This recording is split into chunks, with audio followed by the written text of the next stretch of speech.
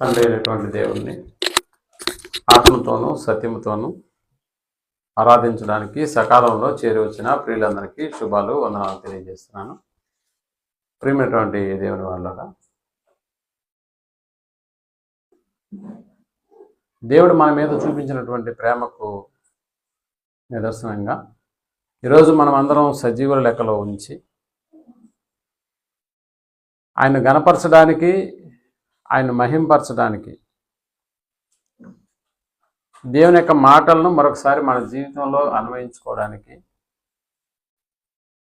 ఆయన ఇచ్చినటువంటి మరొక దినాన్ని సద్వినియోగం చేసుకోవడానికి ఈరోజు ఇక్కడికి మనం అందరం చేరి వచ్చాం.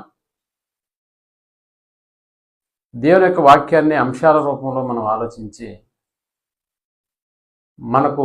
మన జీవితానికి అవసరమైనటువంటి సంగతులను, మన నడవడికకు అవసరమైనటువంటి దేవుని యొక్క విధానాలను అనునిత్యము జ్ఞాపకం చేసుకుంటూ వాటి ద్వారా మనం మన నడవడికను సిద్ధం చేసుకుని అలాగ జీవించడానికి మనం ఇష్టపడి ఆత్మ సంబంధమైనటువంటి సంగతుల పట్ల చక్కటి అవగాహన కలగడానికి అనేక అంశాలతో కూడినటువంటి విషయాలను వినడానికి సిద్ధపడిపోతూ ఉన్నాం. మనకు తెలుసు, ఎలక్ట్రానిక్ వస్తువులు ఏది కొన్నా కూడా వాటిలో ఉన్నటువంటి సాఫ్ట్వేర్ అప్డేట్ అవుతూ వస్తుంటుంది. కొత్త కొత్త సెల్ ఫోన్లు వస్తున్నప్పుడు అవి అప్డేట్ వర్షన్లో వస్తూ ఉంటాయి. పాత సెల్ ఫోన్ కూడా మనం కొన్నప్పుడు కొత్తదే, కొత్త అప్డేట్లు అది అప్పుడు ఉంటుంది. కానీ తర్వాత రాబోయేటటువంటిది అప్డేట్ వర్షన్. కాబట్టి మనుషుడు ఏది కనిపెడుతున్నా కూడా లేటెస్ట్ వర్షన్లో దాన్ని తయారు చేసి మార్కెట్లోకి వదులుతున్నాడు. దేవుని యొక్క వాక్యం కూడా అలాంటిదే.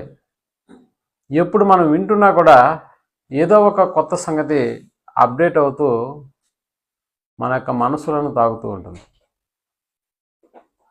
అలాగే వింటున్న ప్రతి అంశము ఇది విన్నదే కదా అని మనం ఒకవేళ అనుకుంటే మళ్ళా విన్నప్పుడు ఏదో ఒక కొత్త సంగతి దాంట్లో మనకు బయలుపడుతూనే ఉంటుంది. అప్డేట్ అయ్యేటటువంటి విషయాలను దేవుడు మారనటువంటి గ్రంథంలో రాయించాడు. గ్రంథం మారదు, కానీ అందులో చదువుతున్నటువంటి ప్రతి విషయం మనల్ని ఏం చేస్తుందంటే అప్డేట్ చేస్తుంది. అందులో భాగంగానే ఈ దినం మందిరము మనిషి జీవితంలో ఒక ముఖ్యమైనటువంటి భాగమా. ఇక్కడ మనిషి అనడం కంటే క్రైస్తవుడు అనేటటువంటి పదాన్ని పెట్టుకోవాలి. ఎందుకంటే మనుషులందరూ క్రైస్తవులు కాదు కదా.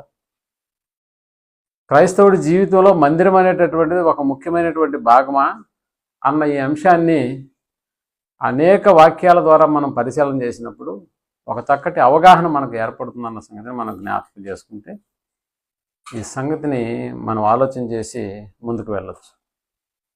మనకు తెలుసు, కాలేజీలో చదువుకునేటటువంటి ఒక విద్యార్థికి కాలేజీ ఎంత ముఖ్యమైనదో మనకు తెలుసు. స్కూల్లో చదువుతున్నటువంటి ఒక విద్యార్థికి ఆ స్కూల్ ఎంత ముఖ్యమైనదో అతనికి బాగా తెలుసు. స్కూల్లో చదువుతున్నటువంటి విద్యార్థికి నిద్ర లేచిన తర్వాత మనం అడుగుతాం, ఏరా ఈరోజు స్కూల్ లేదా అని అడుగుతుంటాం. అంటే స్కూల్కి ఆ విద్యార్థికి ఒక చక్కటి అవినాభావ సంబంధం ఉంటుందన్న సంగతి మనకు తెలుసు. అలాగే కాలేజీ చదువుతున్నటువంటి విద్యార్థికి కూడా ఎరా ఈరోజు కాలేజీ లేదా అని అంటూ ఉంటాం. అంటే ఆయన్ని ఖాళీగా చూసినప్పుడల్లా మనకు కాలేజీ గుర్తొస్తుంది. అలాగే ఒక రోగిని మనం ప్రశ్నించినప్పుడు నిజంగా రోగికి ఇక్కడ ముఖ్యమైనది ఏంటయ్యా అని అంటే ఒక హాస్పిటల్.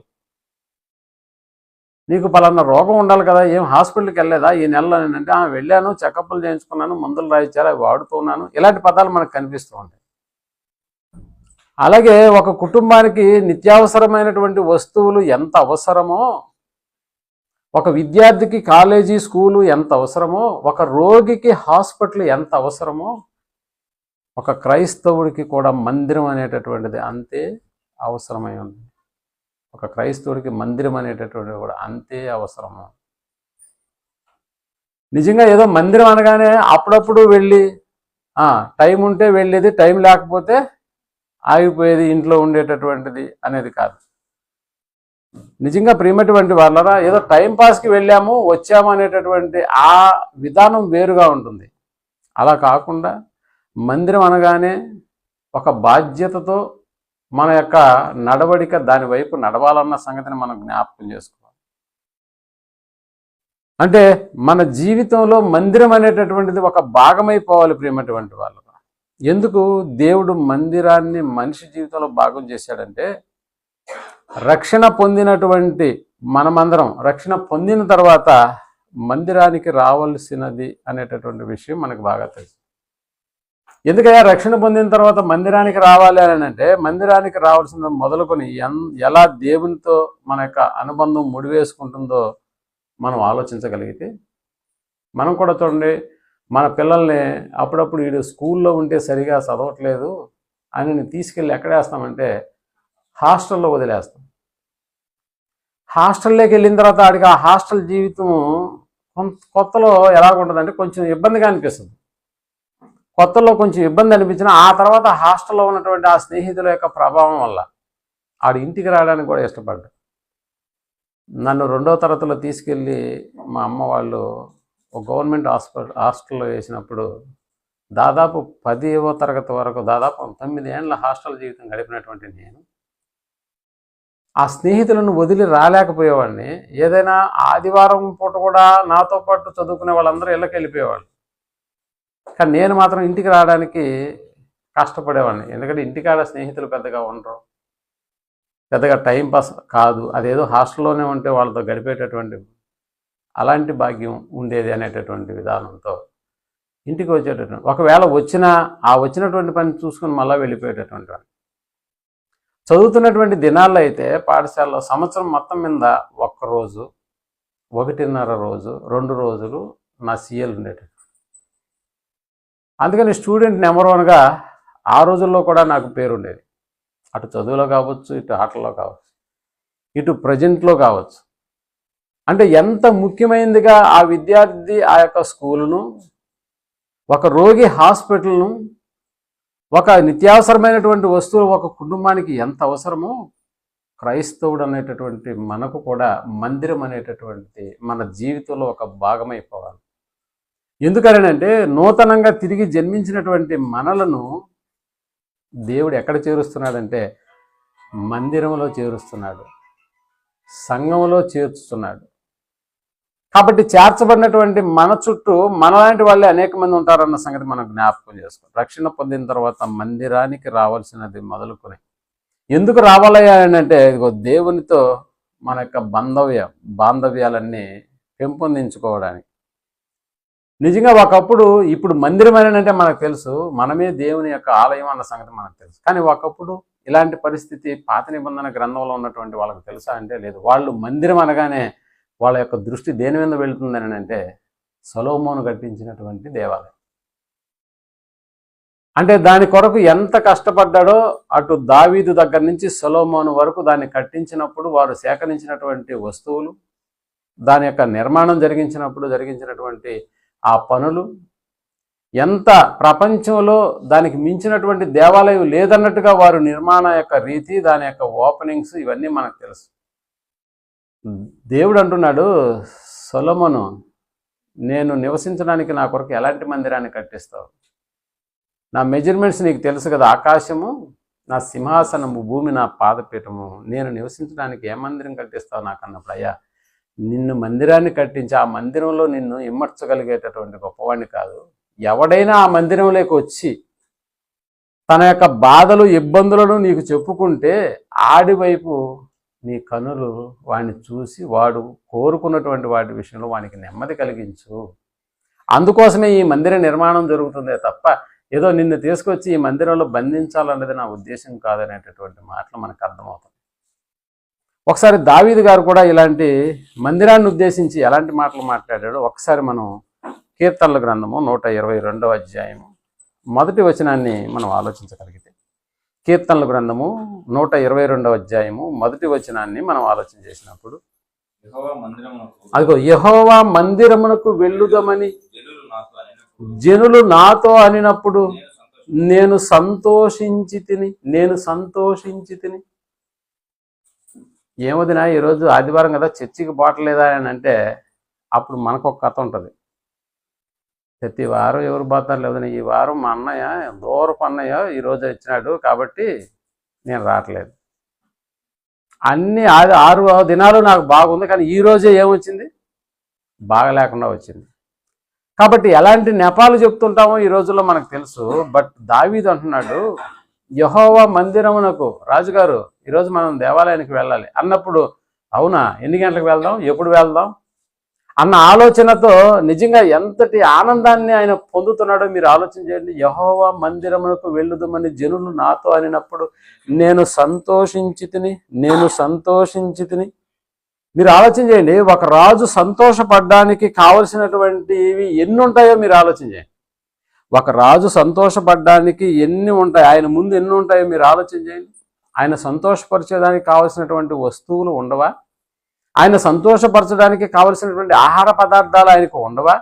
ఆయన సంతోషపరచడానికి చెలికత్తెలు ఆయనకు లేరా? సామ్రాజ్యపు విస్తరణ, అంతఃపురాలు, మణులు, మాణిక్యాలు మొదలైనటువంటి వాటి వల్ల రాజుకు ఏం కలగట్లేదంట, సంతోషం కలగట్లేదంట. సంతోషం అనేటటువంటి దేని వల్ల కలుగుతుందని దావీదు గారు చెప్తున్నాడంటే, ఇదిగో దావీదు యొక్క సంతోషము ఆయన ఏర్పరచుకున్నటువంటి వస్తువులు, మణులు, మాణిక్యాలు, రాజ్య విస్తరణ, తినడానికి సేకరించుకున్నటువంటి ఆహార పదార్థాలు, వీటి వల్ల నాకు సంతోషం కలగట్లేదు. వాటి విషయాల్లో ఆయనకు సంతోషం లేదంట ప్రేమటువంటి. మరి ఏ విషయమయ్యా ఆయన్ని సంతోషపరిచిందని అంటే, మందిరానికి వెళదాం రా అని అన్నప్పుడు చాలా సంతోషం వేస్తుంది అంటున్నాడు ప్రేమటువంటి వారు.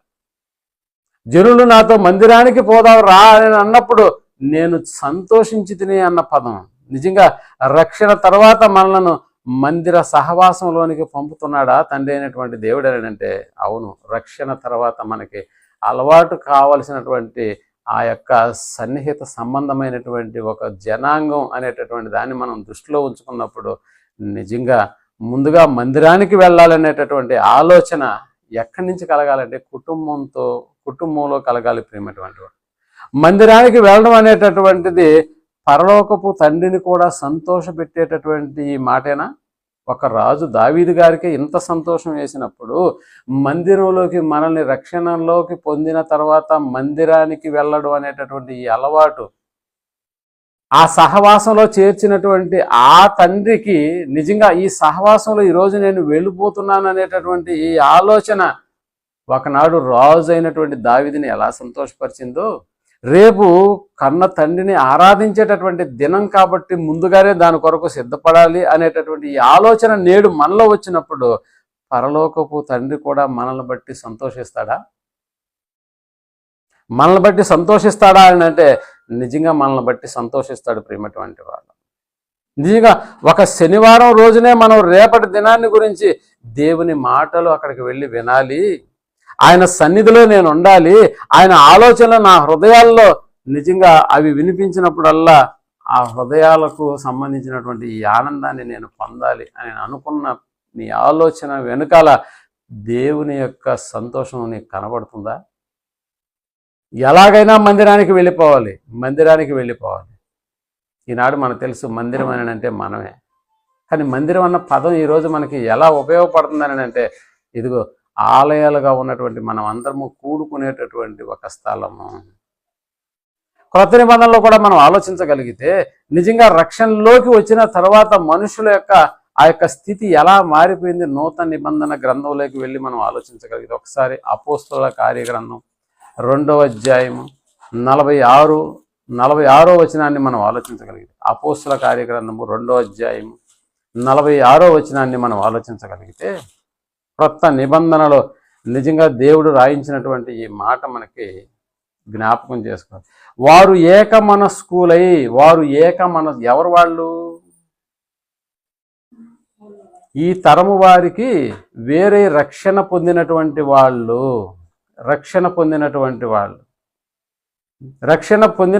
వాళ్ళు అతని వాక్యము 41 అతని వాక్యం అంగీకరించిన వారు బాప్తిస్మం పొందిరి. ఆ దినం ముందు ఇంచుమించు 3,000 మంది చేర్చబడి, ఎందులో చేర్చబడ్డారు? స్థానిక సంఘంలో చేర్చబడ్డారు. అలా చేర్చబడినటువంటి వాళ్ళందరూ 46వ వచనంకి వచ్చేసరికి మరియు వారు ఏక మనస్కులై ప్రతి దినము దేవాలయములో తప్పక అన్న పదం ఉందా, తప్పక ఏం చేస్తున్నాడంట, మరియు వారు ఏకమనస్కులై ప్రతి దినము దేవాలయములో తప్పక కూడుకొనుచు అన్న పదం మనకి, తప్పక కూడుకొనుచు, ఇంటింట రొట్టె విరుచుటూ దేవుణ్ణి స్తుతించుచు ప్రజలందరి వలన దయ పొందిన వారై ఆనందముతోనూ నిష్కపటమైన హృదయముతోనూ ఆహారము పుచ్చుకొనుచుండిరి. ప్రభు రక్షణ పొందుచున్న వారిని అనుదినము వారితో చేర్చుచుండెను. అంటే ఒక మ్యాండేటరీగా తయారైపోయిందా రక్షణ పొందినటువంటి వారందరి విషయంలో వాళ్ళు ఏం చేయాలని ఇక్కడ ఒక మ్యాండేటరీ తయారైపోయిందని అంటే తప్పక కూడుకొనొచ్చు. అంటే రక్షణ పొందిన తర్వాత తప్పకుండా చేయవలసింది ఏంటంటే మందిరంతో మనం అనుసంధానమైనటువంటి జీవితాన్ని మనం కలిగి ఉండాలి. మందిరము ప్రతి క్రైస్తవుని జీవితంలో ఒక భాగము. ఆ భాగం అని అంటే ముఖ్యమైనటువంటి భాగం అయిపోవాలి. కొత్త నిబంధనలో అనుదినము రక్షణ పొందినటువంటి వారిని దేవుడు ఎలాంటి మ్యాండేటరీ ఇచ్చాడని అంటే, అమ్మో నేను రక్షణ పొందాను కాబట్టి దేవాలయంలో ప్రతి దినము అంటున్నాడా, ప్రతి దినము తప్పక వాళ్ళు ఏం చేస్తున్నారు, కూడుకొనొచ్చు, ఇంటింట రొట్టె విరుచుటూ అనేటటువంటి పదాలు రాయబడ్డాయి. ఒకసారి మళ్ళా మనం లూకా రాసిన సువార్త 2వ అధ్యాయము 37వ వచనాన్ని మనం ఆలోచించగలిగితే, లూకా రాసిన సువార్త 2వ అధ్యాయం 37వ వచనాన్ని మనం ఆలోచించగలిగితే 37వ వచనం ఈ రీతిగా మనకి సెలవిస్తుంది. 37వ వచనం, 84 సంవత్సరములు, ఎన్ని సంవత్సరాలంట, 84 సంవత్సరాలు. ఇంకా చెప్పాలంటే 36వ వచనం నుంచి, మరియు ఆషేరు గోత్రికురాలును సమూయేలు కుమార్తెనైన పనుయేలు కుమార్తెయునైన అన్న అను ఒక ప్రవక్తి ఉండెను. ఆమె కన్యాతత్వము మొదలు 7 ఏళ్ళు పెనిమిటితో సంసారము చేసి బహుకాలము గడచినదై. అది ఇప్పుడు ఎంత వయసానికి, 84 సంవత్సరములు విధవరాలయ్యుండి, మళ్ళా ఏ పదం రాయబడింది, దేవాలయము తప్పక కూడుకునే పద్ధతి ఒకటి ప్రారంభమైంది అపోస్తుల కార్యంలో. కానీ లూకా గారు రికార్డ్ చేస్తున్నప్పుడు మరొక ఆమె సంఘటన ఇక్కడ మళ్ళీ రికార్డ్ చేస్తున్నాడు. ఏంటా ఆ సంగతి అని అంటే, ఆ ప్రవక్త 84 సంవత్సరములు విధవరాలయ్యుండి దేవాలయము విడువక అన్నాడు. దేవాలయము విడవకుండా, ఎందుకు దేవాలయంలో విడవకుండా ఉంటుంది, దేవాలయంలో ఉండాలి నేను దేవుడు కూడా ఎలాంటి కోరికను కోరుతున్నాడంటే, నేను రక్షణ పొందించి ఇదిగో ఈ సహవాసంతో చేర్చబడినటువంటి ప్రతి ఒక్కరి జీవితంలో కూడా మందిరం అనేటటువంటిది ఒక భాగం అవ్వాలి. అందుకనే దేవుడు కోరుకుంటున్నాడు అని చూడగలిగితే నిజంగా చాలా కొన్ని సంగతులు మనకు ఆశ్చర్యం వేస్తాయి. ప్రేమటువంటి వాళ్ళ 84 సంవత్సరాల నుంచి కూడా ఏమి దేనిని అంటిపెట్టుకుని ఉందని అంటే, దేవాలయం అంటే విడవకుండా అంటే నిద్రపోయేది కూడా అక్కడేనా, నిద్ర లేచిన తర్వాత కూడా అక్కడేనా, అంటే తన యొక్క పరిచర్య ఎక్కడ ప్రారంభించి ఎక్కడ ముగిస్తుందో అన్న సంగతి మనం జ్ఞాపకం చేస్తే, ఇదిగో కన్యాతత్వం మొదలు 7 ఏళ్ళు పెనిమిటితో సంసారము చేసి బహుకాలము గడచినదయ అన్నాడు. చూసారా, అంటే వివాహమైంది 7 ఏళ్ళు మాత్రమే సంసార జీవితంలో ఉండింది. ఆ తర్వాత భర్త మరణించాడు. ఆ తర్వాత తన జీవితాన్ని ఎక్కడికి తీసుకొచ్చి పెట్టుకుంది, దేవాలయములో. దాన్ని విడవకుండా అనేటటువంటి పదం మనకి రాయించాడు. నిజంగా ప్రియమైనటువంటి వాళ్ళరా, దేవుడు కోరుకునేటటువంటి జీవన విధానం ఎలా ఉంటుందో మనం ఆలోచించగలిగితే, మన రక్షకుడైనటువంటి యేసు ప్రభుల వారు కూడా 33.5 సంవత్సరాలు భూమి మీద గడిపిన దినాలు మనకి జ్ఞాపకం వస్తుంది. మనం చక్కగా ఆలోచించగలిగితే యేసు ప్రభుల వారి యొక్క దినాలలో అనగా 33.5 సంవత్సరాలు మరణానికి ముందు, తిరిగి లేవడానికి ముందు ఆయన జరిగించినటువంటి పరిచర్యలో భాగంగా ప్రతి దినం కూడా ఎక్కడ గడిపేదానికి యేసు ప్రభుల వారు ఇష్టపడ్డాడు. అసలు నిజంగా ఎక్కడికి వెళ్ళి ఆయన బోధ చేసేటటువంటి వాడు. ఇంకా చెప్పాలంటే ఆయన చేసినటువంటి అద్భుతమైనటువంటి మహత్కార్యాలు ఏ దినం ఎక్కడ చేశాడు అని చూడగలిగితే చాలా ఆశ్చర్యం వేస్తుంది. ఒకసారి మనం వెళ్ళి నిజంగా యేసు ప్రభుల వారు చేసినటువంటి అద్భుతాలు అనేటటువంటి వాటి వివరణను మనం ఆలోచించగలిగితే, మత్తయి గారు రాసినటువంటి సువార్త 12వ అధ్యాయము 9వ వచనాన్ని మనం ఆలోచించగలిగితే, మత్తయి గారు రాసిన సువార్త 12వ అధ్యాయం 9వ వచనాన్ని. ఆయన అక్కడ నుండి వెళ్ళి వారి సమాజ మందిరములో ప్రవేశించినప్పుడు, సమాజ మందిరం అంటే ఆలయాలు, ఆ రోజుల్లో యూదులు కూడుకునేటటువంటి ఆలయాలు. అక్కడ నుండి వెళ్ళి వారి సమాజ మందిరములో ప్రవేశించినప్పుడు, సమాజ మందిరంలోకి వచ్చేసాడు, సమాజ మందిరంలోకి వచ్చేసాడు. ఇదిగో ఊచ చెయ్యగలవాడు ఒకడు కనపడ్డాడు. ఊచ చేయగలవాడు ఎక్కడున్నాడు? సమాజ మందిరంలోకి వచ్చున్నాడు. అంటే ఇప్పుడు కాళ్ళు పక్షవాయు కలిగినటువంటి వాడు కూడా ఎక్కడికి వచ్చేస్తున్నాడు? నాకు ఆరోగ్యం బాగలేదు, నాకు అసలే కాలు చెయ్య చచ్చుబడిపోయింది, కాబట్టి మీరే రొట్టె ద్రాక్ష రసాన్ని తీసుకురండి అన్నట్టుగా ఉందా? లేకపోతే ఆడే వచ్చి మందిరంలో కూర్చున్నట్టుగా ఉందా? ఒకవేళ ఆయనే రాలేనటువంటి వాడిని ఇప్పుడు ఏం చేయాలి? నలుగురు మోసుకెళ్ళైనా అక్కడ కూర్చోబెట్టినరా బాబు, నాకు బాగలేని సంగతి నాకు తెలుసు, ఆ నలుగురినైనా బతిలాడుకుని నన్ను తీసుకెళ్ళి ఎక్కడ కూర్చోబెట్టేమంటున్నాడు ఇతను? మందిరంలో. మీరు బాగా ఆలోచన చేయండి. ఇప్పుడు మందిరంలోకి వచ్చినటువంటి వాడు ఆరోగ్యంగా ఉన్నాడా, అనారోగ్యంగా ఉన్నాడా? అంతేనా? ఎలాంటి అనారోగ్యంగా ఉన్నాడు? ఊస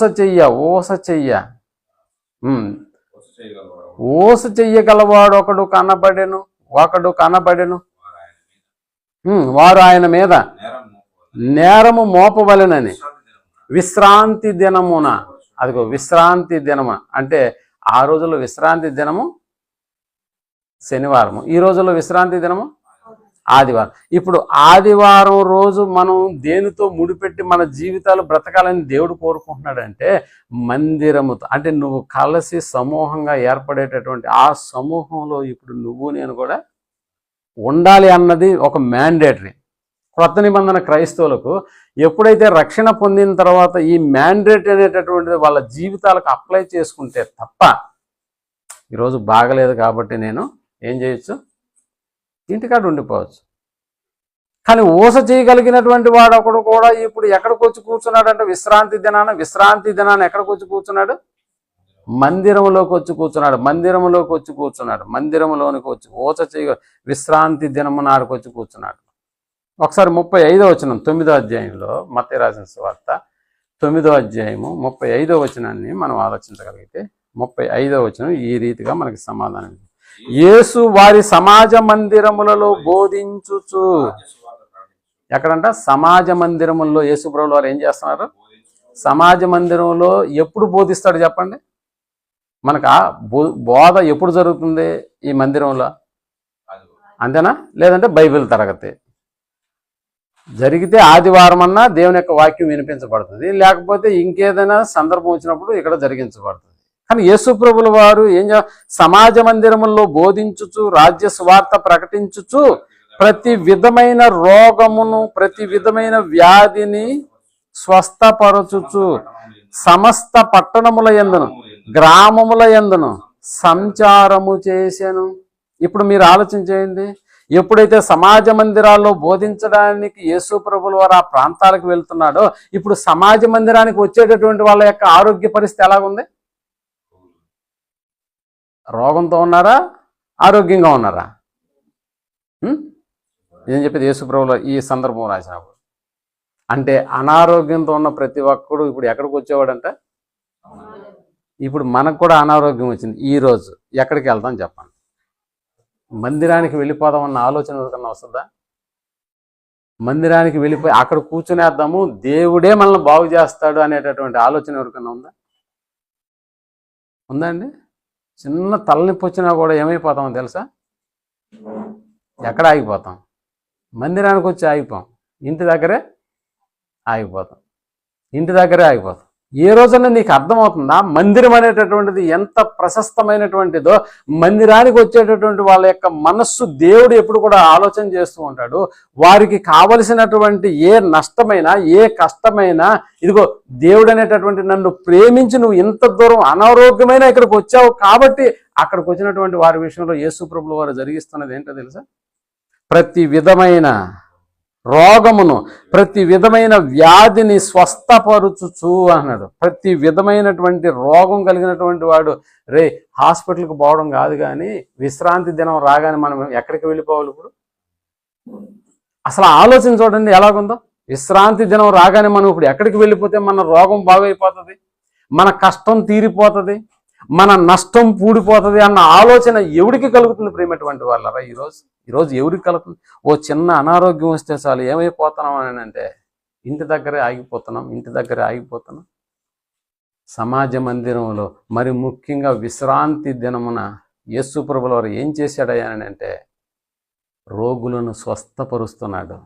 రోగంతో ఉన్న నువ్వు ఇప్పుడు ఎక్కడికి వచ్చి పడిపోవాలి? నేను అందుకనే చెప్తుంటా, నీకు జ్వరమా, తలనొప్పా, ఆ నొప్పా, ఈ నొప్పా, ఒక్క హాస్పిటల్ ఐసీయూలో ఉంటే తప్ప అప్పుడు కూడా ఎందుకు రమ్మని చెప్తానంటే డాక్టర్ పంపించడు కాబట్టి. డాక్టర్ ఐసీయూలో ఉన్నటువంటి వాడిని అయ్యా నేను ఆరాధన చూసుకొని వస్తాను అని అంటే ఐసీయూలో ఉన్న వాడిని పంపిస్తాడా? పంపించడు. కాబట్టి నువ్వు రాలేవు, కాబట్టి నువ్వు రానటువంటి నీ దగ్గరికే దేవుడు కూడా వస్తాడన్న సంగతి నువ్వు ఆలోచించి. అలా కాకుండా నువ్వు రాగలిగి ఉండి ఐసీయూలో కూడా అడ్మిట్ కాలేదు, ఏదో ఒక చిన్న తలనొప్పో లేకపోతే ఏదో ఒక చిన్న అనారోగ్య కారణాన్ని బట్టి టోటల్గా మందిరంలోకి నువ్వు దూరం అయిపోతున్నావు. ఇక్కడికి వస్తే బాగుపడతావన్న సంగతి నీకంటే ఎవరికి ముందుగా తెలుసా? ఎవరికి తెలుసు? నీకంటే.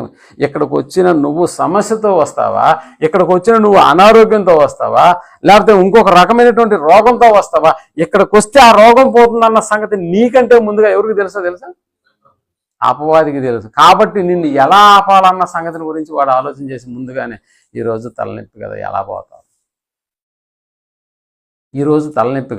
ఎలా పోతావు, ఎలా అంటే ఇక్కడికి వస్తే బాగుపడతావన్న సంగతి నీకంటే ముందుగా అపవాదికి తెలుసు. కాబట్టి ఆడు వేసే ప్లాన్లో నువ్వేమైపోతావు? ఇరుక్కుపోతావు అంతే. లూకా రాసిన సువార్త 4వ అధ్యాయం 33వ వచనాన్ని మనం ఆలోచించాం. లూకా రాసిన సువార్త 4వ అధ్యాయం 33వ వచనాన్ని మనం ఆలోచించగలిగితే ఆ సమాజ మందిరములో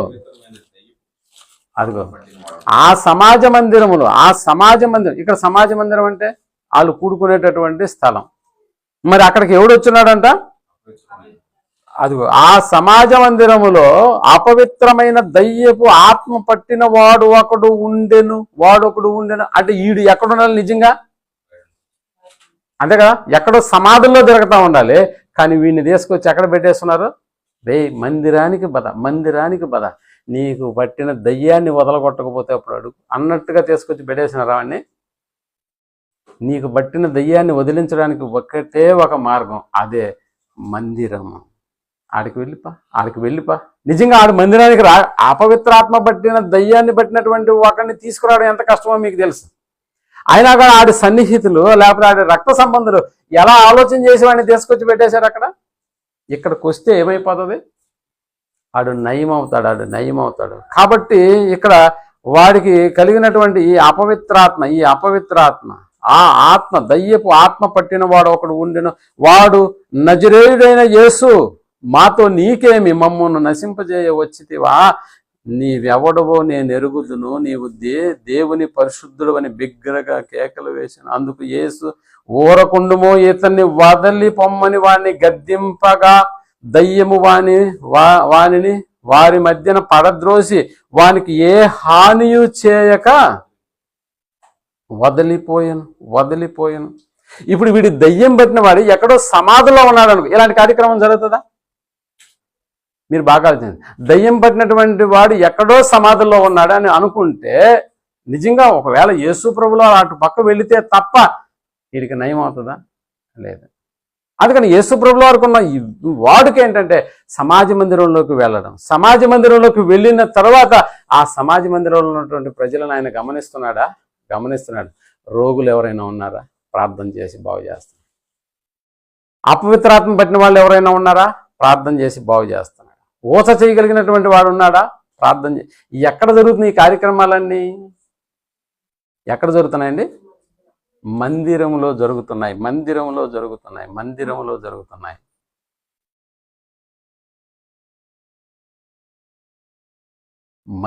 జరుగుతున్నాయంటే ఇప్పుడు దయ్యం పడినటువంటి వాడిని వీడికి ఒక సైకియాట్రిస్ట్ వ్యాధి ఉంది కాబట్టి ఈయన తీసుకెళ్లి హాస్పిటల్లో అడ్మిట్ చేద్దాం అనుకున్నారు ఆ రోజుల్లో ఉన్న ప్రజలు. అసలు సైకియాట్రీ అన్న పదమే వాళ్ళకి తెలియదు ఆ రోజుల్లో.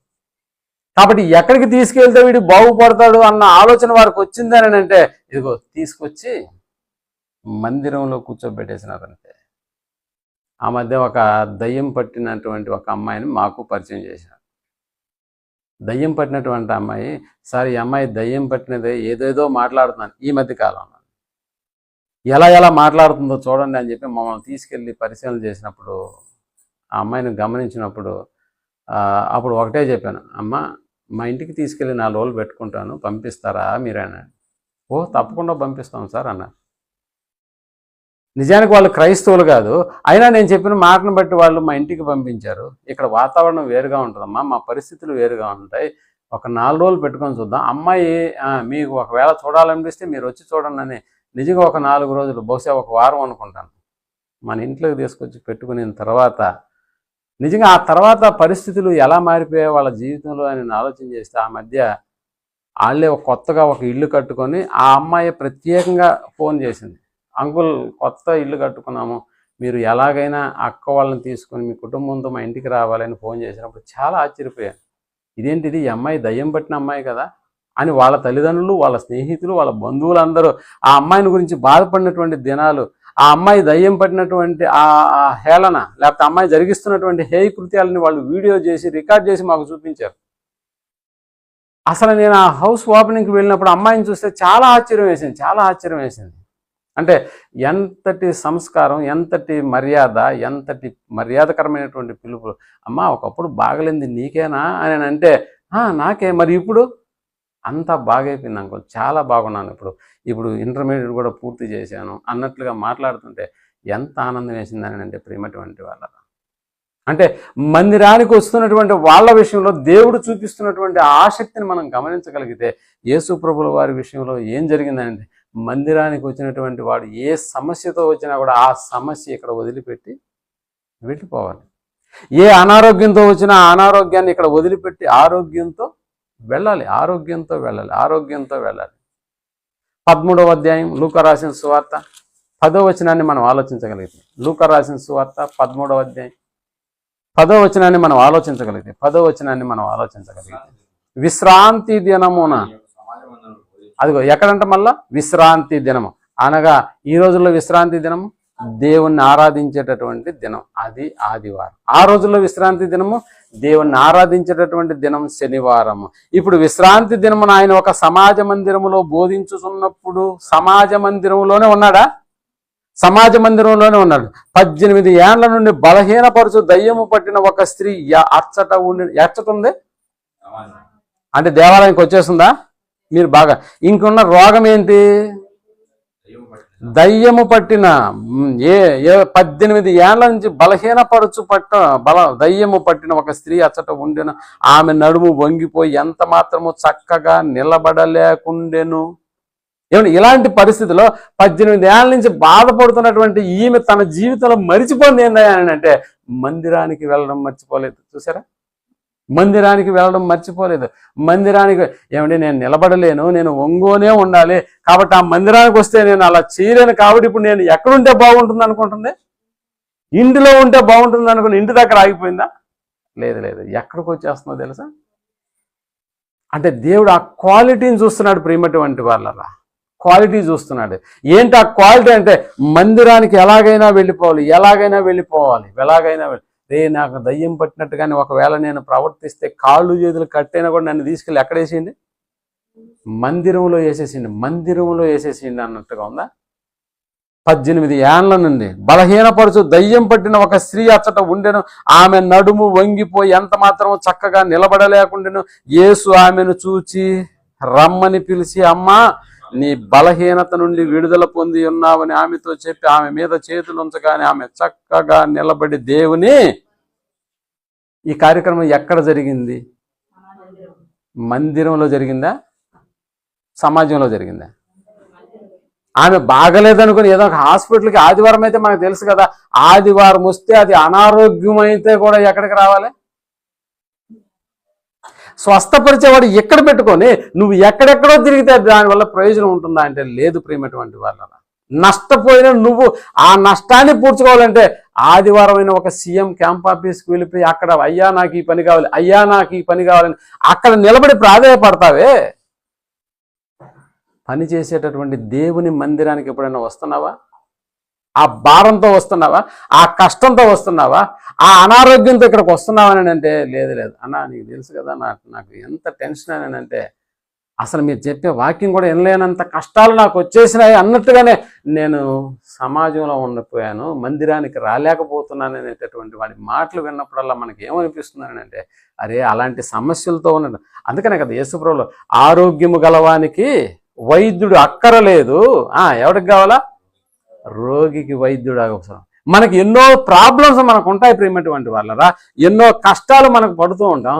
కానీ ఆ కష్టాలు, నష్టాలు, అనారోగ్య పరిస్థితులు ఇవన్నీ దూరం అవ్వాలంటే నీ దినచర్య దేంతో ముడిపడి ఉండాలో తెలుసా? మందిరము. మీరు అప్పుడప్పుడు గమనించండి, ఏదైనా ఒక ఆహార పదార్థాలు ఒక ఫంక్షన్ చేసుకుని మిగిలిపోయిన తర్వాత నిజంగా ఇవి ఎక్కడ ఇస్తే ఎవరికి ఇస్తే బాగుంటుందన్న ఆలోచన మీ మనసులో కూడా మెదిలినప్పుడు మీకు గుర్తొచ్చేటటువంటిది ఒకటి సమాజ మందిరాలు కాదు, సమాజం ఎక్కడ జనాలు గుమ్ముగా ఉంటారో కాదు ప్రియమైనటువంటి వాళ్ళరా. ఏదో ఒక ఆలయాల దగ్గరకు వెళ్ళి మనం ఏం చేస్తాం, ఆలయాలు మనకు తెలుసు కదా, సాయిబాబా మందిరము, వెంకటేశ్వర స్వామి మందిరము. అంటే ఈ మందిరాన్ని కనిపెట్టుకొని కొంతమంది పేదవాళ్ళు అక్కడ కూర్చో ఉంటారా? నువ్వు ఏ టైంలో అయినా అక్కడ ఉంటారా? ఏ టైం, రాత్రి వేళైనా పోయి చూడు, ఆ ద్వారం దగ్గర కొంతమంది పడుకొని దుప్పటి కప్పుకో ఉంటారు. ఎప్పుడు ఏం జరుగుతుందో తెలియదు అన్నట్లుగా. కరోనా టైంలో మీరు ఆలోచించేయండి, ఎంతమంది దేవాలయాలను నమ్ముకో ఉన్నారు. ఆ మధ్య ఎందుకు విజయవాడలో వచ్చినటువంటి వరదలు మీరు గమనించగలిగితే ఎత్తైన ప్రదేశంలో ఓ మందిరంలో తలదాచుకున్నామని మాట్లాడినటువంటి వాళ్ళ బంధువులు వాళ్ళ గురించి విచారణ చేస్తున్నప్పుడల్లా ఏమోనండి మా ప్రాంతం దిగువ ప్రాంతము, కానీ మాకు ఎత్తుగా కనిపిస్తున్నటువంటి దేవుని యొక్క మందిరం కనిపించింది, మేము అక్కడికి వెళ్ళి మేము కాపురం ఉన్నటువంటి ఎన్ని దినాల్లో దేవుడు మాకు ఏది తక్కువ చేయలేదు అనేటటువంటి మాట. అంటే దేవుని మందిరంలోకి వస్తే నీకేమైనా ఆహారానికి తక్కువ అవుతుందా? నీకేమైనా అనారోగ్యానికి ఏమైనా ఎక్కువ అయిపోతుందా? కాదు ప్రియమైనటువంటి వాళ్ళరా, నీ లోటులన్నీ తీర్చేటటువంటి వాని దగ్గరకు నువ్వు వెళ్తున్నావు. మనకు తెలుసు కదా, ఏమని మీరు అనుకోవచ్చు ఇది ఏమన్నా సొలొమోను కట్టిన దేవాలయమా, ఇక్కడికి వచ్చి అందరూ బాగుపడిపోవడానికి అని మీరు అనుకోవచ్చు. బట్ ఎక్కడ 2-3 నామమున ప్రార్థన వారి మధ్యన నేను ఉంటానని చెప్పినటువంటి దేవుడు ఇక్కడ 1-2-3 కాదు కదా, ఓ 30-40 మంది మనం గ్యాదర్ అవుతున్నామని అంటే ఈ ప్రాంతం అంతా దేవుని యొక్క వినికిడిలోనికి వచ్చేస్తుందంటే వచ్చేస్తుంది. కాబట్టి ఇలాంటి ఒక సమూహాన్ని వదిలి నువ్వు ఎక్కడో నివసిస్తున్నావు, ఎక్కడో ఉండిపోతున్నావు. నీకు అర్థమవుతుందా? మందిరం అనేటటువంటి దానిని మనిషి యొక్క జీవితంలో ఒక ముఖ్యమైనటువంటి భాగంగా దేవుడు ఎందుకు చేర్చాడో నీకు అర్థమవుతుందా? అది మన కోసమే అన్న సంగతిని మనం జ్ఞాపకం చేసుకోవట్లేదు ప్రియమైనటువంటి, మన కోసమే అన్న సంగతి జ్ఞాపకం చేసుకోవట్లేదు. నిజంగా ఇక్కడ ఏం జరుగుతాయా, మందిరంలోకి వచ్చినటువంటి వాడికి ఏం జరుగుతుందంటే మందిరంలోకి వెళ్ళడం వల్ల నేను నష్టపోయానని చెప్పిన వాళ్ళు ఎవరైనా ఉన్నారా? పోనీ అలాగా కూడా అనుకున్నాం.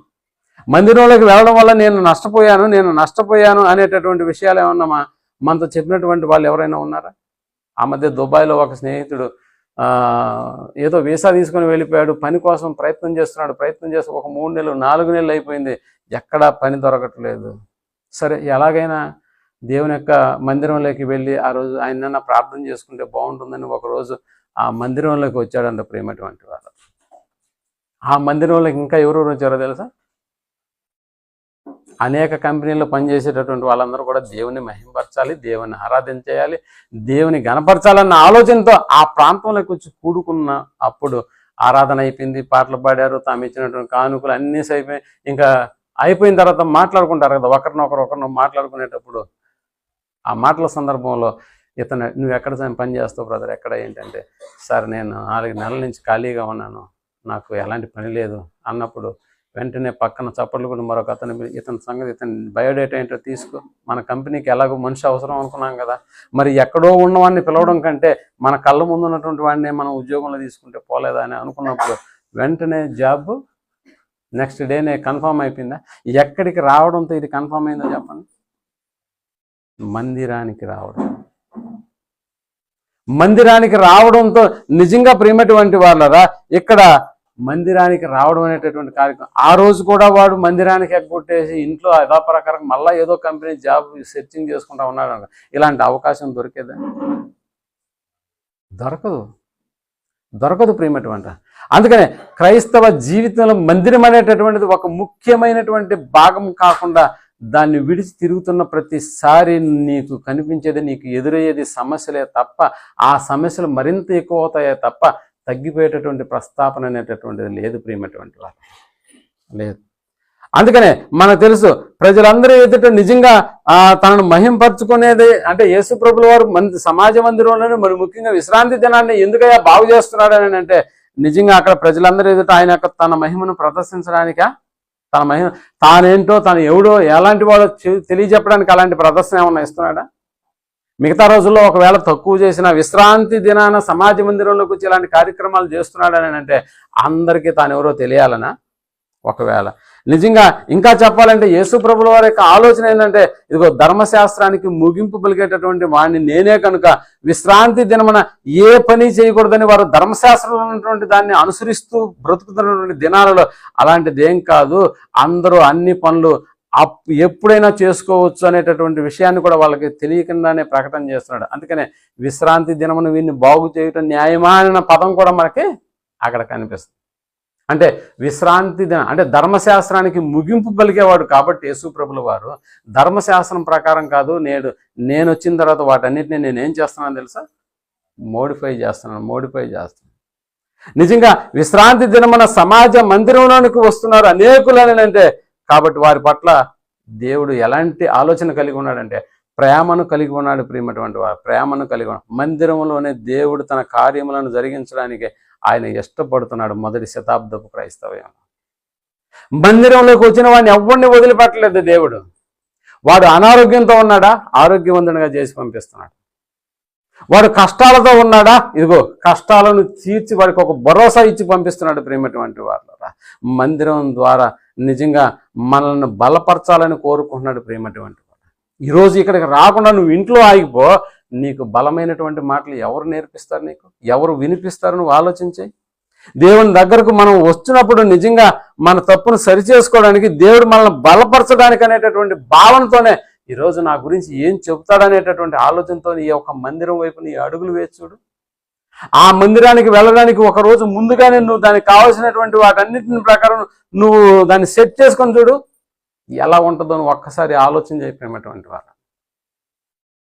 అపోస్తుల కార్యగ్రంథం 3వ అధ్యాయం 1వ వచనంలో యేసు ప్రభుల వారు మరణించి తిరిగి లేచి వెళ్ళిపోయిన తర్వాత శిశువుల యొక్క కాలంలో జరుగుతున్నటువంటి ఒక సంఘటన మనం ఆలోచన చేస్తే అపోస్తుల కార్యం 3వ అధ్యాయం 1వ వచనం నుంచి మనం ఆలోచించితే పగలు 3 గంటలకు ప్రార్థనా కాలమున పేతురును యోహానును ఎక్కడికి పోతున్నారంటే వీళ్ళు దేవాలయం అంటే మందిరమునకు ఎక్కి వెళ్ళుచుండగా పుట్టినది మొదలుకొని కుంటివాడైన ఒక మనుష్యుడు మోసుకొని పోబడుచుండెను. ఎక్కడికి మోసుకోపోతున్నాడు వీడిని? పుట్టినది మొదలుకొని కుంటివాడైన ఒక మనుష్యుడు కుంటివాడిని తీసుకెళ్ళి ఎక్కడ కూర్చోబెడుతున్నారు? దేవాలయంలోకి తీసుకెళ్తున్నారు. పుట్టినది మొదలుకొని నిజంగా ప్రేమటువంటి వాళ్ళ దేవాలయం దగ్గర కూర్చోబెట్టబడుతున్నాడు. వాడు ప్రతి దినము మందిరము దగ్గరే ఉండేవాడా, హాస్పిటల్ దగ్గర ఉండేవాడా, ఎక్కడ ఉండేవాడు? పుట్టినది మొదలుకొని కుంటివాడైన ఒక మనుష్యుడు మోసుకొని పోబడుచుండెను. వాడు దేవాలయంలోకి వెళ్ళి వారిని భిక్షమడుగుటకు కొందరు ప్రతి దినము వారిని శృంగారమును దేవాలయపు ద్వారమునద్ద ఉంచుచూ వచ్చిరి. అంటే వీడు నిద్ర లేచిన దగ్గర నుంచి ఆ మోసుకునే మనుషుల సాయి చూస్తుంటాడు. ఏమైనా ఇంకా నన్ను తీసుకెళ్ళరా అంటున్నాడు. వాడు ఎక్కడికి? మందిరానికి తీసుకెళ్ళరా అని వాళ్ళని బతిలాడుతున్నట్టుగానే ఉందా? ప్రతి దినము వాళ్ళు కూడా ఒక ఆసక్తి, ఈయన తీసుకెళ్ళి బడేసేస్తే వీడికి ఎంతకంత డబ్బులు ఈయన చూసి ఇచ్చేవాళ్ళు ఉంటారు. కాబట్టి సాయంత్రానికి మళ్ళా మనం వెళ్ళి ఆ లెక్క చూసుకొని మళ్ళీ ఈయన మోసుకొచ్చి ఎక్కడ వేసేసేయాలి? ఇంట్లో వేసేసేయాలి. ఈయన హాస్పిటల్కి తీసుకెళ్దామన్న ఆలోచన వాళ్ళకి లేదు.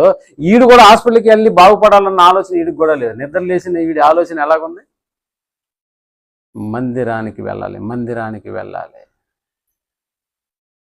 3వ వచనం పేతురును యోహాను అది దేవాలయంలో ప్రవేశింపబోతున్నప్పుడు వాడు చూచి భిక్షమడుగగా. ఇప్పుడు వీళ్ళు ఏమన్నా మంచి సెంటర్లోకి వెళ్తున్నారా? జనాలు ఉన్న సెంటర్లోకి, మంచి షాపింగ్ మాల్లోకి వెళ్దాం అనుకుని వచ్చారా? పేతురు యోహానులో వాళ్ళు వస్తున్నది కూడా ఎక్కడికో తెలుసా? మందిర ఆవరణంలోనికి వస్తున్నారు. ఈడెక్కడున్నాడు? ఈడు కూడా అక్కడే ఉన్నాడా? ఈడు కూడా అక్కడే ఉన్నాడు. చూడండి ఆ లింక్, ఆ యొక్క ఎలా కలిసిందో మీరు ఆలోచన చేయండి. వీళ్ళిద్దరిని కలపడానికి ఒక వేదికగా ఇప్పుడు ఏది మారింది? మందిరం. మందిరం మీకు అర్థమవుతుందా?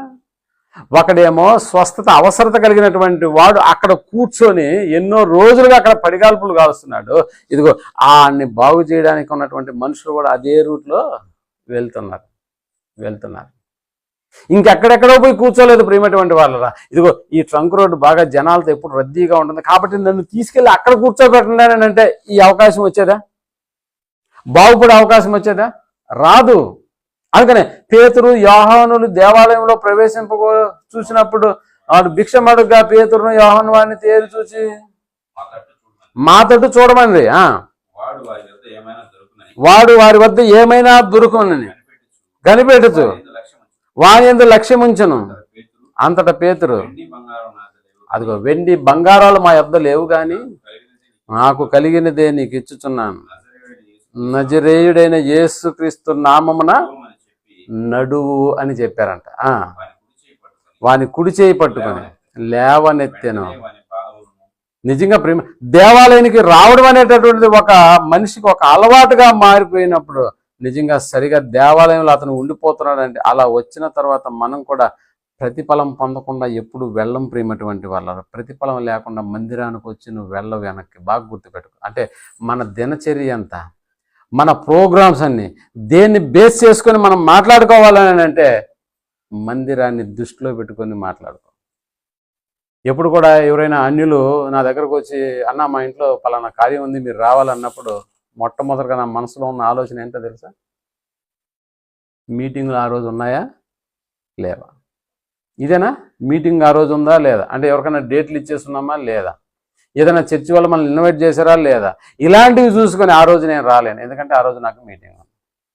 ఆ ఒకరోజు మానుకోవచ్చు కదా, మానుకోలేను. కావాలంటే నీ ఆ కార్యక్రమం రావడం అన్నా మానుకుంటానేమో కానీ దేవుని మందిరానికి ఎవడైనా పిలిచినప్పుడు మాత్రం మానుకోవడానికి వీలు లేదు. అందుకని వాడు 8వ వచనం, వాడు దిగ్గున లేచి నడిచెను, నడుచుచు ఏం చేశాడంట? గంతులు వేయచ్చు, దేవుని స్తుతించుచు. అదిగో వారితో కూడా ఎక్కడికి వెళ్ళి, ఇప్పుడు బాగైన వాడు ఎక్కడికి వెళ్ళిపోవాలంటే మీరు బాగా ఆలోచించండి. ఎక్కడికి వెళ్ళిపోవాలా? బయటికి వెళ్ళిపోవాలి, అంతేనా? బాగైన వాడు బయటికి వెళ్ళిపోతాడు, కానీ వీడు బాగా ఎక్కడికి వెళ్ళాడు? ఎందుకు దేవాలయం లేక? అయ్యో ఇన్ని రోజులు నేను లోపలికి వెళ్ళి చూడలేకపోయినానే, ఇన్ని రోజులు నా యొక్క జీవితం అంతా ఎక్కడ గడిపిందని అంటే ఇదిగో ఆ ద్వారబంధనం బయటే గడిపాను.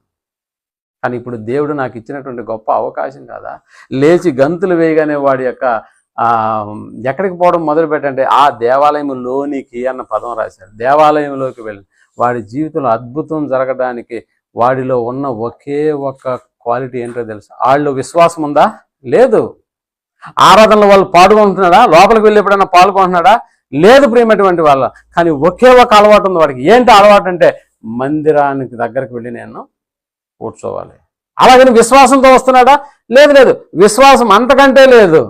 అలాగని చెప్పి లోపలికి వెళ్ళి ఆరాధన చేసి ఏమన్నా వచ్చేదానికి ఏమన్నా పోతున్నాడా? అస్సలు లేదు. కానీ వాడి దినంలో వాడి దినచర్య ఎక్కడ ప్రారంభిస్తున్నాడు అని అంటే ఎలాగైనా మందిరం దగ్గర నన్ను పడేసింది అన్నాడు. ఈ ఒక్క క్వాలిటీ చూశాడు ప్రియమైనటువంటి వాళ్ళరా. ఈ ఒక్క క్వాలిటీ చూశాడు. అడుక్కోవడానికి వచ్చినటువంటి వాడి జీవితమే ఇంత ఆనందంగా వాడి బ్రతికితే ఇక లోపలికి వచ్చి మనం దేవుణ్ణి ఆరాధిస్తున్నాం. మనలో విశ్వాసం ఎంత ఉందో మీరు ఆలోచన చేయండి. మనం దేవుని గణపరచడానికి ఒకరోజు ముందుగానే సిద్ధపడుతున్నాం. దేవునికి సంపాదించినటువంటి దాంట్లో దేవునికి ఇవ్వాల్సినటువంటి భాగాన్ని తీసుకొని వస్తున్నాం ఇక్కడికి. ఎక్కడో డోర్ అవతల కూర్చున్నటువంటి వాడి విషయంలోనే దేవుడు ఇంత మక్కువ చూపించినప్పుడు ఇప్పుడు విశ్వాసం ఉంది, దేవుణ్ణి ఆరాధన చేయాలన్న ఆలోచన ఉంది, దేవునికి కానుక ఇవ్వాలన్న ఆలోచన మనకుంది. ఇప్పుడు మనకున్నటువంటి ఈ ఆలోచన ఎక్కడో దూరంగా భిక్షమడుకునేటటువంటి వాడికే దేవుడు మానక మందిరంలోకి వస్తున్నటువంటి ప్రతి దినం ఆ క్వాలిటీ జీవితాన్ని చూసినటువంటి దేవుడు వాని జీవితాన్ని బాగు చేసినప్పుడు ఇప్పుడు విశ్వాసంతో లోపలికి వస్తున్నాం. దండిని గణపరచడానికి లోపలికి వస్తున్నాం, దేవుణ్ణి ఆరాధించడానికే లోపలికి వస్తున్నాం. ఇంతగా మనల గురించి ఇంకెంతగా ఆలోచన చేస్తాడో ఒక్కసారి మీరు ఆలోచన చేయండి. అసలు ఇక్కడికి ఎవరి కోసం వచ్చామో అర్థమవుతుందా? అంటే దేవుణ్ణి ఆనందపరచడానికి మనం వచ్చాం ప్రియమైనటువంటి.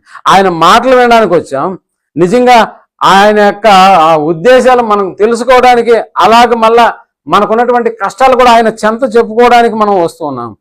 నిజంగా నిన్ను ప్రేమిస్తున్నాను అనడానికి నేను ఇక్కడికి వచ్చాను తండ్రి, ఇదిగో నాకున్నటువంటి పరిస్థితులు ఇవి అని నువ్వు ఇక్కడికి వచ్చేది సంఘం యొక్క సముఖంలో నువ్వు వెళ్ళి దేవుని సముఖంలోకి వెళ్ళి అలా ఆలోచన చేసేటటువంటి విధానం మందిరంలో జరుగుతుంది. కాబట్టి ఇప్పుడు మందిరంలోకి ఎన్ని పనులున్నా వచ్చినటువంటి నిన్ను దేవుడు నీ మీద దృష్టి ఉంచకపోతాడా?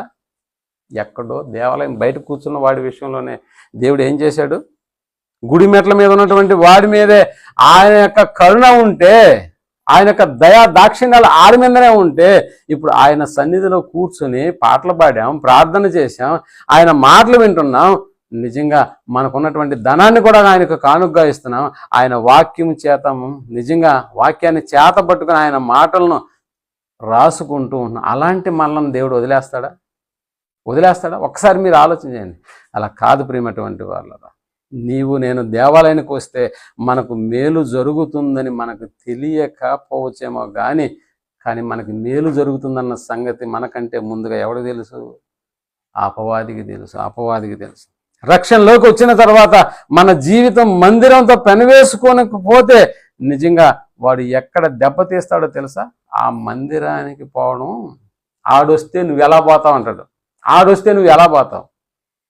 అంటే సాధ్యమైనంత వరకు మందిరంతో ఉన్నటువంటి వాళ్ళతో నీకున్న విభేదాలని మరింతగా భూతత్వంలో పెట్టి చూపించి ఎలాగైనా ఆడికి వస్తాడు. కాబట్టి నువ్వు ఆడికి పోవాల్సిన అవసరత లేదు. అసలు ఆడే నిన్నంత మాట అంటాడా?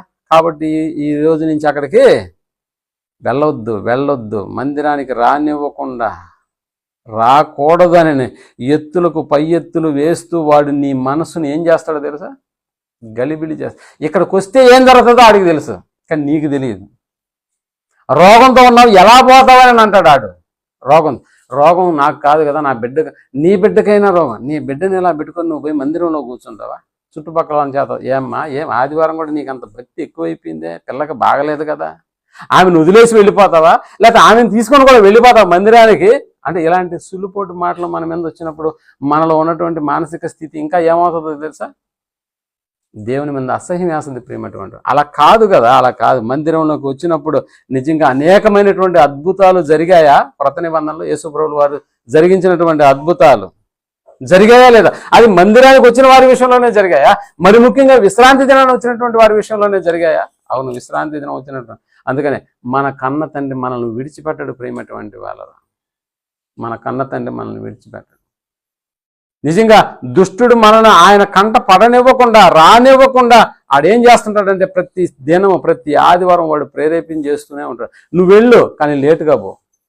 నువ్వు వెళ్ళు, అప్పటికి సగం ప్రార్థన అయిపోయి ఉండాలి, సగం మెసేజ్ కూడా అయిపోయి ఉండాలి. నువ్వు వెళ్ళు అని మళ్ళా ప్రోత్సహిస్తుంటాడు. నువ్వు వెళ్ళినా కూడా ఓ మంచి ఏసీ దగ్గర కూర్చో, ఓ ఫ్యాన్ దగ్గర కూర్చో. ఆడు చెప్పే మాటలు ఎంత మాత్రం ఏం చేయకూడదు. రాస్తున్నట్టుగానే ఉండు, పెన్ను నోట్స్ మీద పెట్టుకో, కానీ నీ కళ్ళు ఏమైపోవాలి? మూతబడిపోవాలి. సమాజ మందిరంలోకి, ఆలయాల్లోకి వచ్చినటువంటి వారిని నిజంగా ప్రియమైనటువంటి వాళ్ళ తండ్రి అయినటువంటి దేవుడు ఎప్పుడు డిసప్పాయింట్ చేయడు. అందుకనే వెతుకుతూ సమాజ మందిరాల్లోనికి వెళ్తున్నప్పుడు నిజంగా అలా వెళ్ళినటువంటి ఒక సందర్భాన్ని మనం మాట్లాడుకున్నాం ఇందాక, యోహాను సువార్త 5వ అధ్యాయం.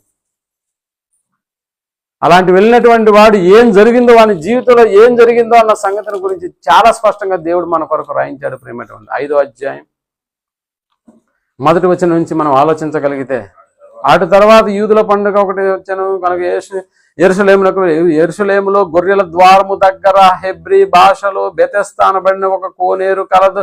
గొర్రెల ద్వారం అంటే ఏందో తెలుసా? దేవాలయానికి సంబంధించిన మాటలు ఇవి. గొర్రెల ద్వారం అంటే గొర్రెలు తీసుకెళ్లి బలిచ్చేటటువంటి ప్రాంతం అన్నమాట. అది అంటే దేవునికి బళ్ళు ముక్కుంటారు కదా కొంతమంది. వాడు ఏమన్నా గొర్రెలు తీసుకొచ్చి గొర్రెలు అట్టుపోయా గొర్రెల ద్వారం రాసి ఉంటుంది, అక్కడికి వెళ్ళి బలిచ్చేసి అదనమాట గొర్రెల ద్వారం అంటే. అక్కడ బెతెస్దా అనబడిన ఒక కోనేరు కలదు, దానికి 4-5 మంటపములు కలవు. ఆయా సమయంలో దేవదూత కోనేటిలోనికి దిగి నీళ్లు కదిలించుట కలదు. నీళ్లు కదిలింపబడిన పిమ్మట మొదట ఎవడు దిగిన వాడు ఎట్టి వ్యాధి గలవాడైనను బాగుపడిన కనుక ఆ మంటపంలో రోగులు, గుడ్డివారు, కుంటివారు, ఊచ చేతులు గలవారు గుంపులుగా పడి ఉండిరి. అంటే ఇప్పుడు వీళ్ళందరూ హాస్పిటల్ దగ్గరకు వెళ్ళి గుంపులుగా ఉన్నారా? ఎక్కడున్నారు వీళ్ళందరూ? మందిర ఆవరణంలో ఉన్నారు. అక్కడ కోనేరు ఉంది, అక్కడ కానీ పడిపోతే చాలు, అక్కడ పడిపోతే చాలు అనుకుంటున్నారు అంతే. రోగంతో ఉన్నవాడు ఆలోచన చేసేది అక్కడికి వెళ్ళి ఆ మందిరంలో పడిపోతే చాలు, కూడు గుడ్డ అంతా వాడే చూసుకుంటాడు, మనకేం సంబంధం లేదు అన్నట్టుగా ఉందా? ఎంత భరోసా, మీరు ఆలోచన చేయండి. అందుకనే అక్కడ ఎవడున్నాడంట, 38 ఏండ్ల నుండి అనుందా, 38 ఏండ్ల నుండి ఒక వ్యాధి గల ఒక మనుష్యుడు యేసు వాడు పడి ఉండుట చూచి, అప్పటికి వాడు బహుకాలము నుండి ఆ స్థితిలోనే ఉన్నాడు, బహుకాలము నుండి అక్కడే ఉన్నాడు. అందుకే యేసుప్రభువు వారు వాని గురించి ఆలోచన చేశారు. నిజంగా నా తండ్రి సముఖంలోకి వచ్చి వాడు 30 ఏండ్ల నుంచి బాధపడుతూ ఇక్కడే ఉన్నాడు, హాస్పిటల్కి పోకుండా అంటే ఇప్పుడు యేసుప్రభువు వారి యొక్క మనసు మీరు ఆలోచన చేయండి, ఎంత కదిలించబడిందో. ఎలాగైనా వీడిని ఏం చేయాలి అడిగాడు, నువ్వు స్వస్థపరచమని కోరుచున్నావా ఆయన అడిగితే, నాకు ఇష్టం లేదు, నేను ఇక్కడే ఉంటే బాగుంటుంది, 4 డబ్బులు వస్తున్నాయి, నాకంటే ముందుగా నేను చెప్పుకోవడానికి ఒక అవకాశం ఉంది, నాకంటే ముందుగా ఒకడు పోయి ఆ నెలలో దూకేస్తున్నాడు, వాడు బాగుపడిపోతున్నాడు, కానీ నాకు ఇదే బాగుంది, అంతే కదా, నాకు ఇదే బాగుంది ఆయన అన్నాడా? లేదు, స్వస్థపరచకూడుచున్నావా, అది ఇలాంటిది ఒకడు ఏదో ఒకడు దూకిపోతున్నాడు, ఆడు బాగా వెళ్ళిపోతున్నాడు,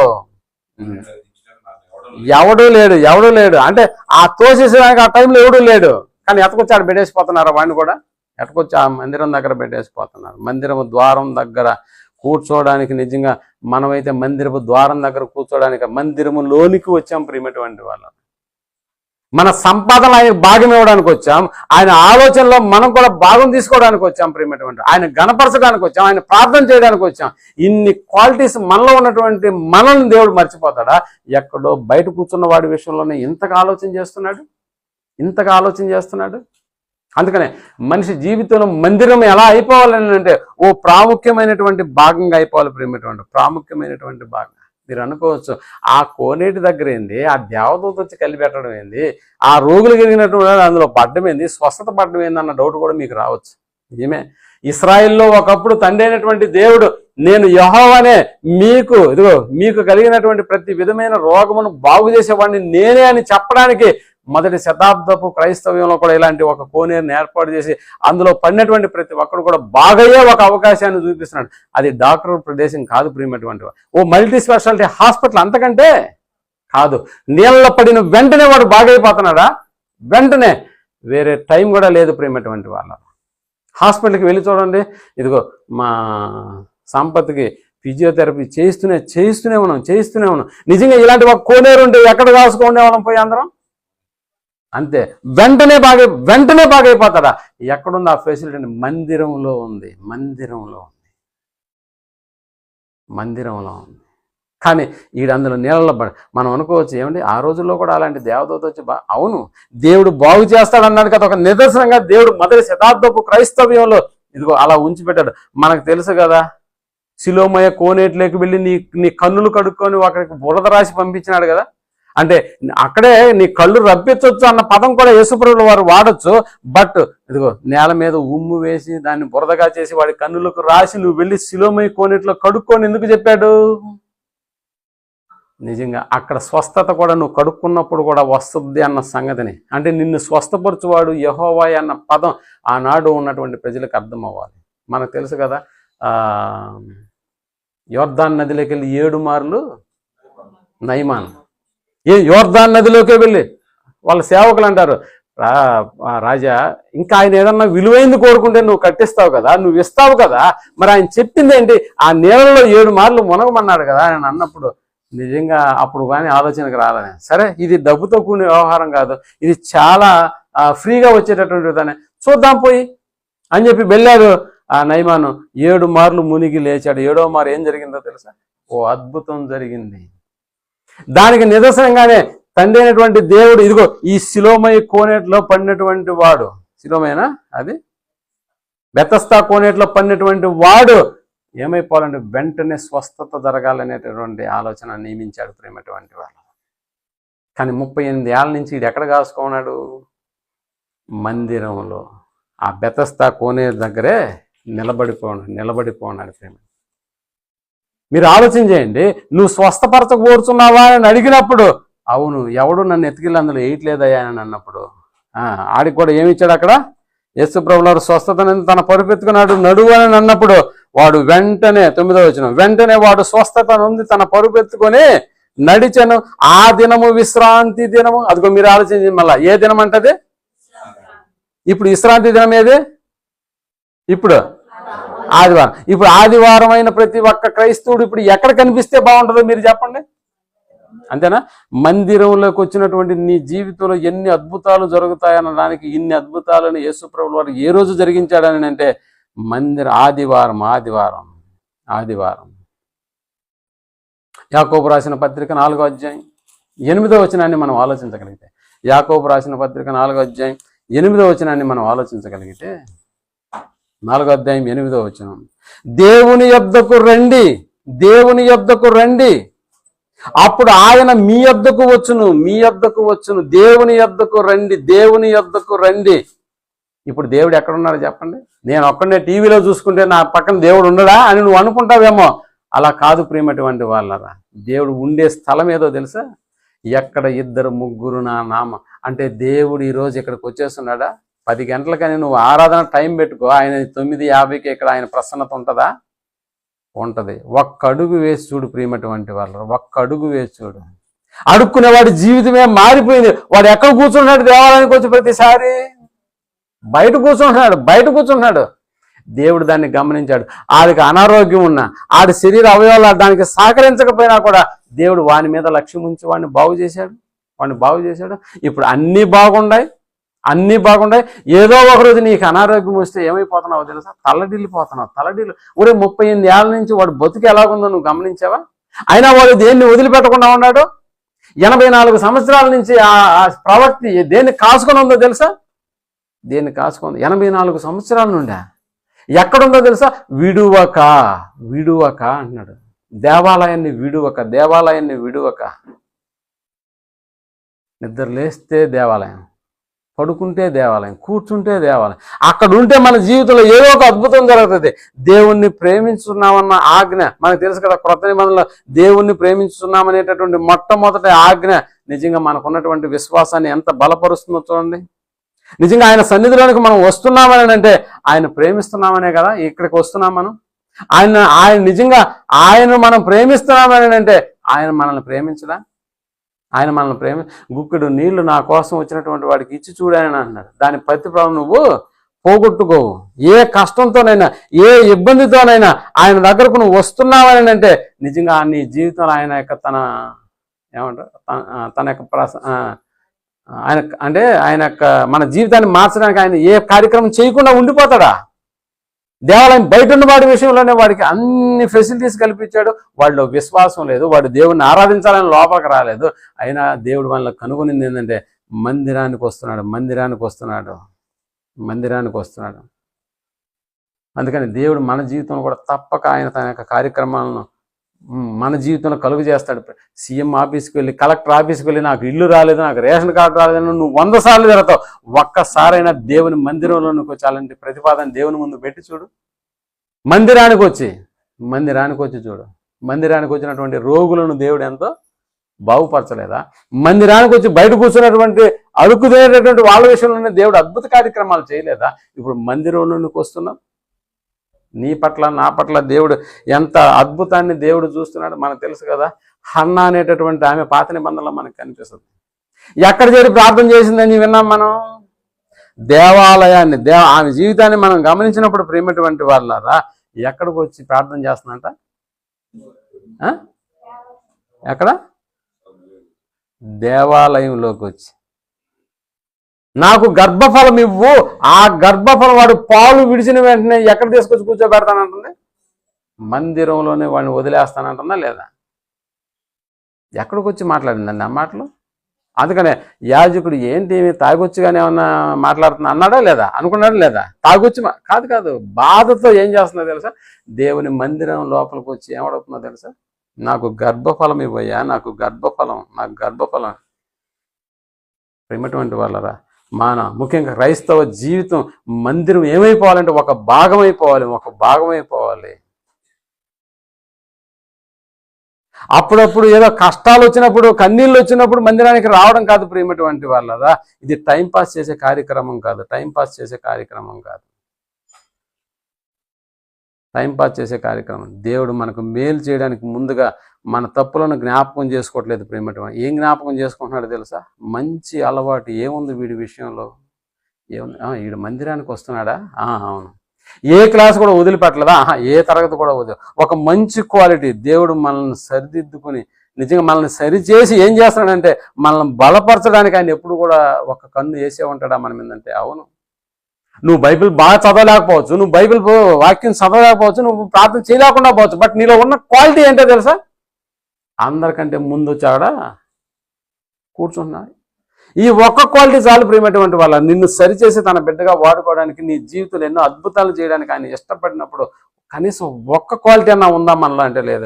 లేటుగా వచ్చేవాళ్ళు ఎవరో చెప్పండి అని అంటే టకటకా చెప్పేస్తారా? ముందుగా వచ్చేవాడు ఎవడో చెప్పండి అని అంటే మనం ఎప్పుడు ముందుగా రాం కాబట్టి ముందుగా వచ్చేవాడు ఎవడో కూడా మనకి తెలియదు.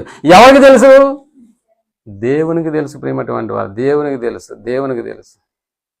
అందుకనే ఆ క్వాలిటీ దేవుని మందిరంలోకి రావడం అని అంటే మన జీవితంలో తప్పక మేలు చేయక ఉండడు కదా. అలాంటి క్వాలిటీ మనలో ఉంటే అన్నా జీవితం మందిరముతో విడువక అని రాయబడింది.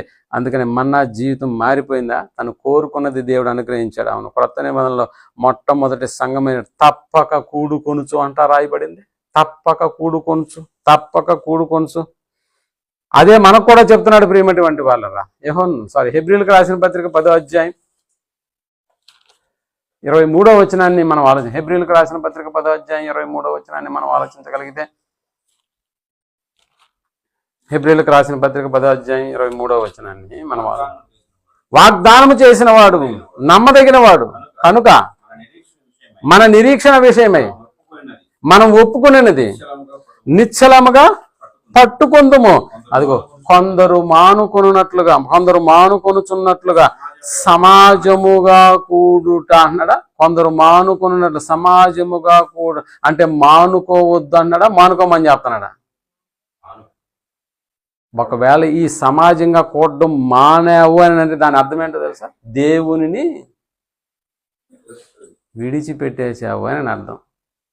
సమాజంగా కూడడం మానేసావని అంటే దేవుణ్ణి విడిచిపెట్టేసాము ప్రేమటి. ఇప్పుడు దేవుణ్ణి విడిచిపెడితే ఇప్పుడు దేవుడు మనల్ని కూడా ఏం చేస్తాడు? హత్తుకుంటాడా? నాకొద్దు పో అని పోయేవాటువంటి వాడిని మనం బతిలాడి పిలుచుకురాం ప్రేమటువంటి వాళ్ళ. పోతే పోని మనకెందుకు అన్నట్టుగా దేవుడు కూడా అలాంటి వైఖరినే. సమాజంగా కూడా దేవుణ్ణి విడిచిపెట్టడం ప్రేమటువంటి వాళ్ళుగా. దేవుణ్ణి విడిచిపెట్టకూడదు ఎంత మాత్రం. దేవుణ్ణి విడిచిపెట్టామంటే నువ్వు సమాజంగా కూడడం మానేశా. ద్వారబంధరం దగ్గర కూర్చుని ఉన్నటువంటి వాడు మందిరంలోనికి వెళ్ళాడు. కానీ మన నిజంగా వాడి జీవితంలో ఎంత ఆనందం వేసిందో తెలుసు కదా మనకి.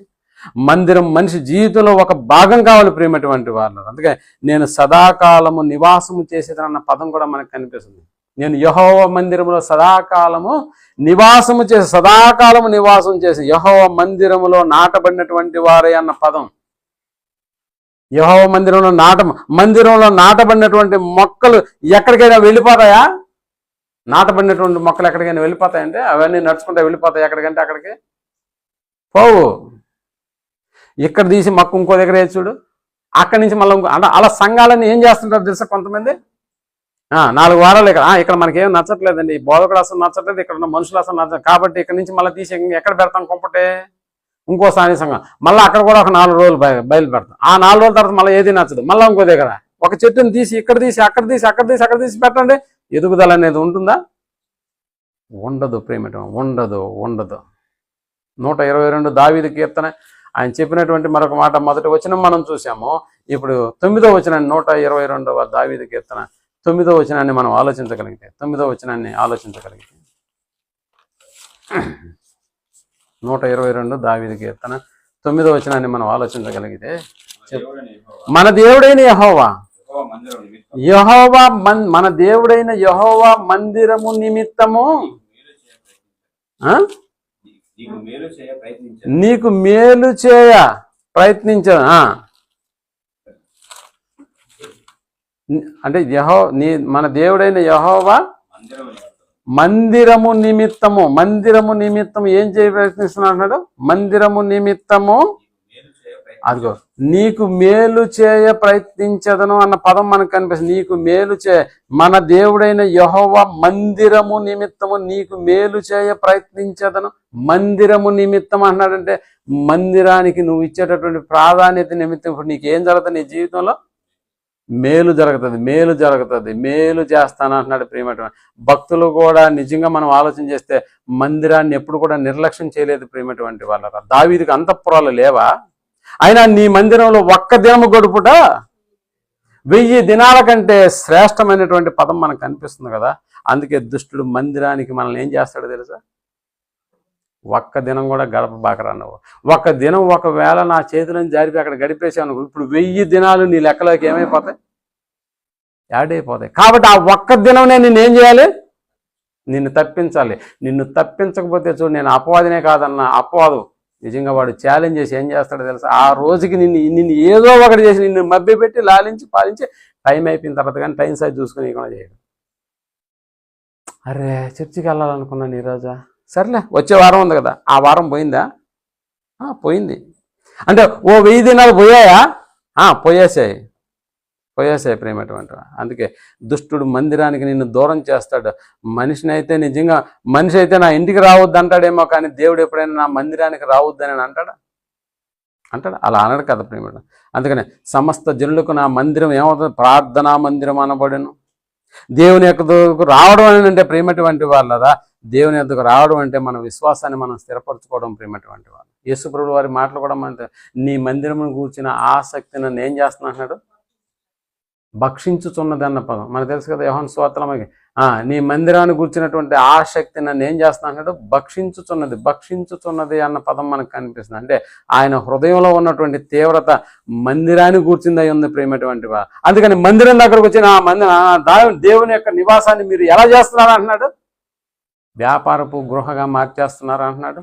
మందిరానికి వస్తున్నటువంటి ఒక భిక్షవాడే గంతులు వేసుకుంటూ వెళ్ళినప్పుడు మరి నీ సంగతి నా సంగతి ఏంటని ఎప్పుడన్నా ఆలోచన చేసేవా? దేవుడు మన విషయంలో మేలు చేయడానికే చూస్తున్నాడు ప్రేమటువంటి వాళ్ళరా. మనకందరికీ ఈ మాటలన్నీ దీవెనకరంగా ఉండాలి.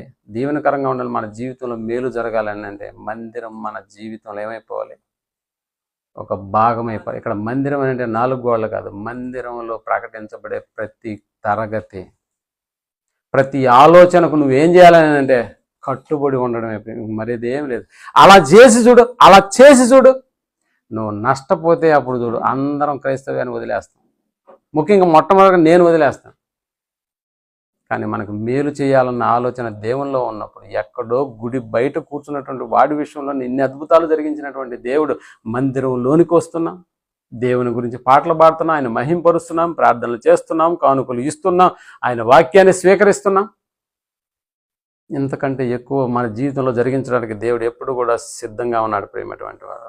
కాబట్టి ఈ మాటలన్నీ మన జీవితంలో మేలు కలిగించేట్టుగా ఉండాలని నేను కూడా హెచ్చరించుకుని మిమ్మల్ని అందరినీ హెచ్చరిస్తూ ఈ మాటలు ముగిస్తున్నాను. 10 నిమిషాలు ఎక్కువ అయిపోయింది అనేది భావించవద్దని మరొకసారి మిమ్మల్ని కోరుకుంటూ ఈ మాటలు ముగిస్తున్నాను. ప్రార్థన చేసుకున్నాం. ప్రేమ కలిగిన మా గొప్ప తండ్రి, మీ మాటల పట్ల మా యొక్క హృదయాలను సిద్ధం చేసుకుని మీరు చెప్పినటువంటి విధానాల ప్రకారం మా జీవితాన్ని మేము అలవాటు చేసుకుంటే మా జీవితంలో జరిగే మేలు అన్నీ కాదన్న సంగతి మరొకసారి మీ లేఖనాలను బట్టి మేము గ్రహించినప్పుడు అలా మా జీవితాలను మేము క్రమబద్ధీకరించుకొని ఉన్నతమైనటువంటి మీ మాటల వైపు మేము లక్ష్యం ఉంచి అలా బ్రతికేటటువంటి వాళ్ళంగా మా జీవితాల మంచి నిర్ణయాలు తీసుకుని ముందుకు సాగిపోయే భాగ్యాన్ని మాకు దయచేయమని కోరుకుంటూ ఈ ప్రార్థనను మా రక్షకుడును మీ ప్రియకుమారుడైనటువంటి యేసు ప్రభుల వారి నామంలో ప్రార్థించి అడిగి వేడుకుంటున్నాం తండ్రి. ఆమెన్.